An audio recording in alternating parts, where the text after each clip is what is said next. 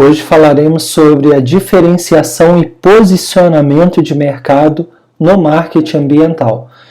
Todas essas três estratégias, né, segmentação de mercado, identificação e seleção do público-alvo e agora diferenciação e posicionamento de mercado, são muito semelhantes ou é a mesma coisa do marketing tradicional, não muda muita coisa. Tá? Mas lógico, eu precisava passar isso para vocês, porque provavelmente algumas pessoas não têm muito conhecimento sobre marketing, então esse passo a passo, essas três partes, são muito semelhantes e não poderia ser diferente do marketing tradicional. O que costuma mudar bastante é quando a gente vai falar dos 4 P's, que é o produto, o preço, a distribuição e a promoção. Aí a gente vai ter mais elementos para trabalhar o chamado marketing ambiental. Mas essas palavras, essas duas palavras aqui, né, diferenciação e posicionamento.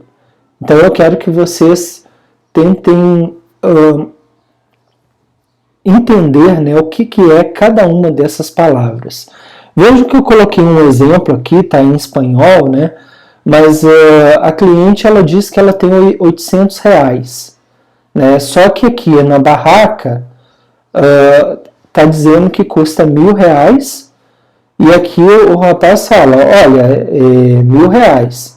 Aí esse aqui fala, olha, esse aqui é mais barato, né? Esse aqui está custando 900, está mais barato para a consumidora. Só que esse fala aqui, olha, mas o meu custa 1.000, só que ele tem uma vantagem, que eles são maiores. E aí ela diz que ela tem R$800. É claro que ela, pelo valor que ela tem, ela não teria a princípio como comprar nenhum desses dois tipos. Mas cada um deles tenta usar um argumento para diferenciar o seu produto. Esse aqui fala, olha, o meu é mais barato.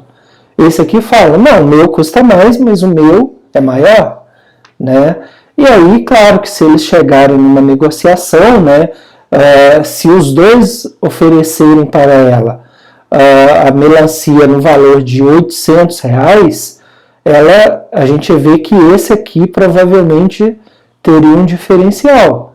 Né? E ele poderia falar, olha, o meu custa o mesmo que o dele, mas as minhas são maiores. Né? Então, qual a diferença que há entre as duas propostas? Então, quanto mais diferenças tu colocar, mais tu vai conseguir sensibilizar o consumidor. Então, a ideia de diferenciar é oferecer maior valor do que os concorrentes. Então, de todas essas figuras, qual é a diferente? Então, além da cor, tem o formato da figura. Então é lógico que ninguém vai responder que é essa, ou essa, ou essa. A diferente é essa. Né? Então ela é diferente tanto pela cor como pelo formato. Né? Então a ideia de diferenciar é tornar diferente. Mostrar o que temos de diferente.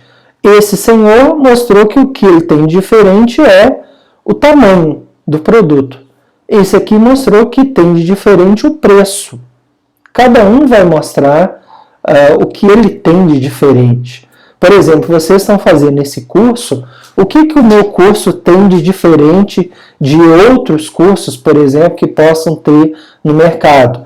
Eu consigo fazer um slide, né, os slides, eu estou falando aqui do lado, eu também tenho a experiência de ter escrito o livro, então quer dizer, eu estou me baseando no livro, que eu estudei de outros autores, né, para poder ter o livro como diferencial na hora desse curso, coisas que eu li, que eu escrevi, artigos que eu escrevi, então tu tenta trazer uma série de argumentos para mostrar que tu é diferente dos outros, né? Então, diferenciar é tentar oferecer mais valor do que os concorrentes, do que os outros. Tá? Já o posicionamento é o lugar que um produto ocupa na mente dos consumidores. Né? Vocês já devem ter visto, né, a corrida de Fórmula 1 ou corridas, né, de bicicleta, ou ciclismo, né, ou corridas de São Silvestre, né, os corredores. Então, em alguns desses esportes, tu costuma ter um pódio, né, na qual tu vai ter lá o primeiro lugar, o segundo, o terceiro, o primeiro lugar sempre no posto mais alto, né? Então seria de forma semelhante o posicionamento. Por exemplo, se tu pegar, eu peguei isso aqui da internet, não consegui aqui a fonte, né? Mas assim, se a gente tivesse esse pódio nas marcas de sabão em pó, tu teria o Omo como 83%, o IP com 3%, Brilhante com 3%, né? E aí vocês iriam ver que o histórico da marca, né? Então 80%, 82%, 86% e agora 83%. Então oscilando aí nessa faixa dos 80%, o que é fantástico, né? Não quer dizer que 83% dos consumidores comprem essa marca, mas significa que a hora que fala sabão em pó e pede-se para colocar a primeira marca que vem à tua cabeça quando se fala em sabão em pó. A pessoa coloca Omo. É a marca que tu compra? Às vezes não é, pode não ser. Né? Isso é o chamado top of mind, ou topo da mente, aonde a marca está posicionada na cabeça do consumidor. A gente poderia fazer o mesmo para fale o nome do primeiro refrigerante que vem à tua mente.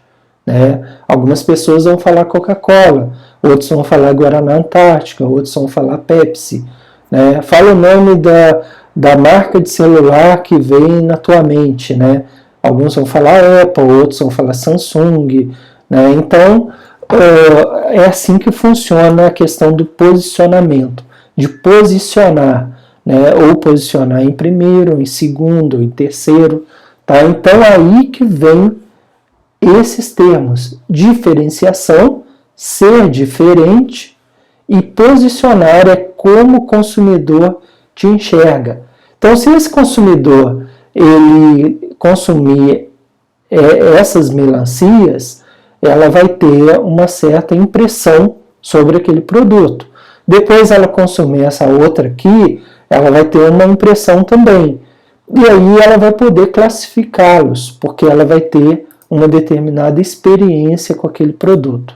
Então, do nosso livro, né, um outro livro agora diferente, né, O Consumo Verde, Comportamento do Consumidor Responsável, publicado pela editora UFV, da Universidade Federal de Viçosa, a gente tem esse modelo que é adaptado, tá?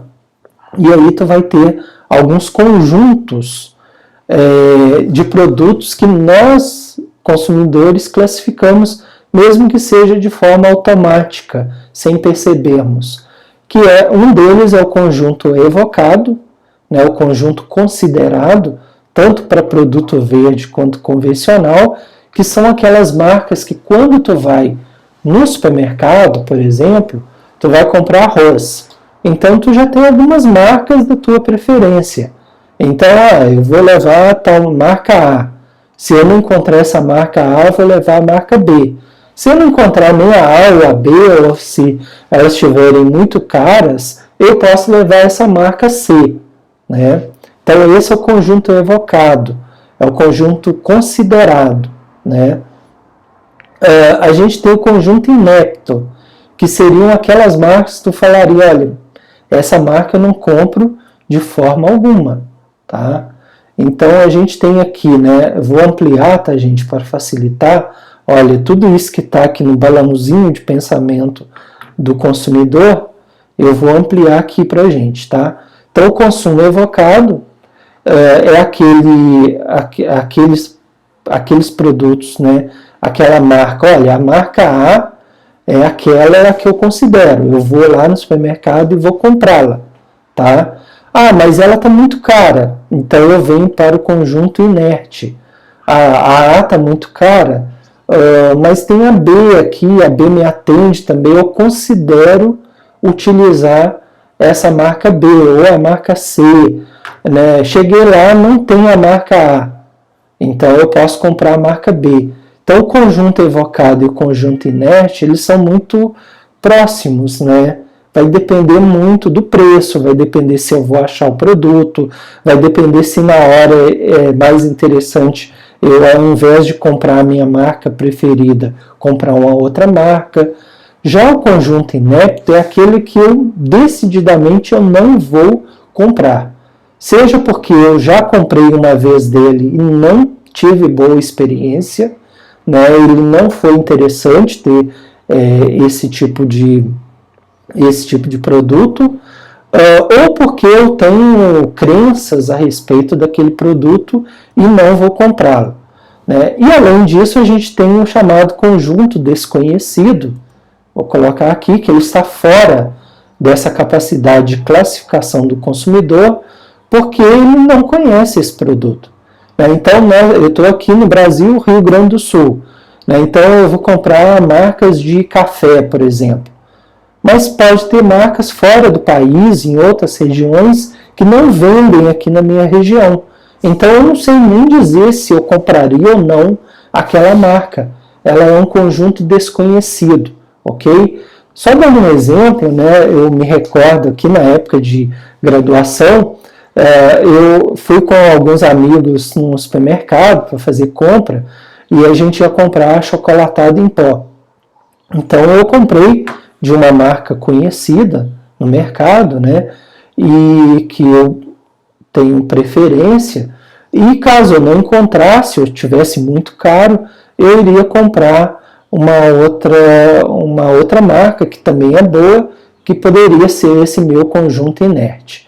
Mas eu vi lá uma marca desconhecida de chocolatado em pó, que parecia mais aquele granulado de chocolate.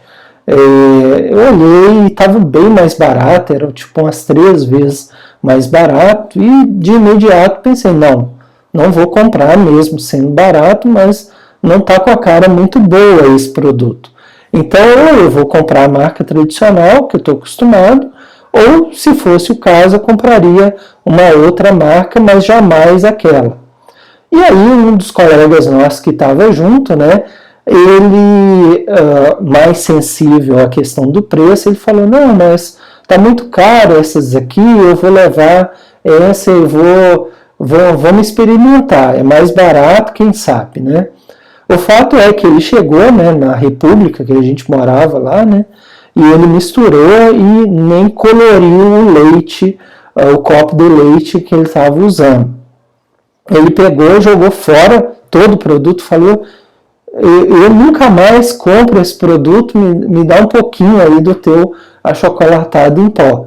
Ou seja, para aquela pessoa, quer dizer, eu já tinha considerado, olha, eu tenho a marca minha de preferência, se não tiver, ou se tiver muito caro, talvez eu compre essa outra e jamais aquela marca que ele comprou.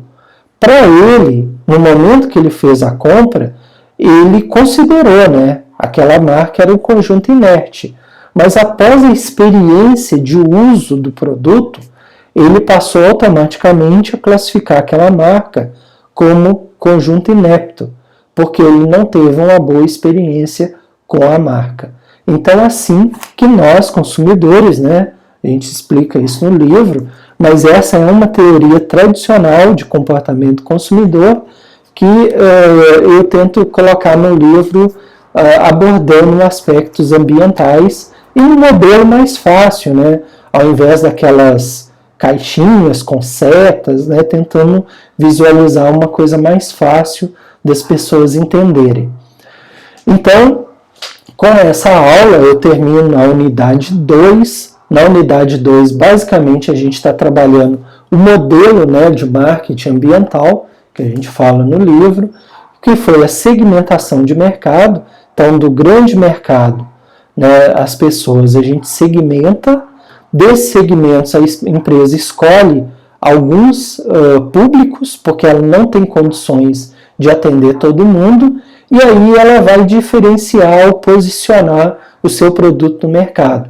Imagina que fosse um arroz, eu dou esse exemplo no livro, o arroz, aí tu vai ter os segmentos, tu vê ali, ecologia, saúde e o outro solteiros. Esse segmento de ecologia e saúde para eu diferenciar o meu produto, por exemplo, o arroz, eu poderia pensar que esse grupo de pessoas ele está mais preocupado com o impacto ambiental, né, negativo desse produto. Então ele vai se preocupar lá na lavoura como que foi cultivado esse arroz. Então se ele tiver, por exemplo, uma certificação orgânica, esse produto ele vai se diferenciar dos outros, né, e ele vai ser mais bem visto por esse grupo de consumidores. Se eu tenho um segmento solteiro, talvez eu tenha que fazer embalagens menores, né? Então, ao invés de ter pacotes de 1 quilo, eu vou ter pacotes de 2 quilos, ou pacote de 1 quilo só. Eu vou ter arroz com ervas, com outros alimentos, porque esse solteiro vai ser mais prático para ele. Eu vou criar estratégias que sejam próprias para o meu público-alvo, né? Que aqui no caso, nesse exemplo, no segmento A do arroz orgânico, seria para sensíveis à ecologia e saúde, e no caso de embalagens menores, ou no caso de arroz com grãos ou outros grãos, por exemplo, né, diversificado para atender o público solteiro. Então, basicamente, essas 3 últimas aulas foram da formulação das estratégias. Na próxima unidade, na unidade 3, a última unidade do nosso curso, a gente vai falar sobre a elaboração do composto de marketing, ou mix de marketing, ou 4Ps. Tá? Aqui a gente vai conseguir abordar com mais propriedade a questão ambiental, né? O marketing ambiental em si. Então, o produto verde, o preço no produto verde, promoção, né? Ou propaganda também, que propaganda é um dos elementos da promoção, e a distribuição, a parte da logística, né? Tudo isso a gente vai poder falar nessa terceira unidade. Então, agradeço a atenção de vocês, né, quem está assistindo desde o início, né, espero que esteja ficando claro. Na próxima unidade, falar desse composto de marketing, são sinônimos, tá, gente? Composto de marketing, mix de marketing ou 4Ps, basicamente a mesma coisa. Convidá-los a se inscrever nos nossos canais no YouTube, conhecer o nosso site, o administraçãoverde.com.br. Qualquer questão, estou à disposição no Instagram, né, ricardo.escritor, e também os nossos livros, dentre eles esse livro que eu mostrei, né, do consumo verde, que a gente tem esses modelos de comportamento do consumidor. Então, agradeço a atenção de vocês e até a próxima aula.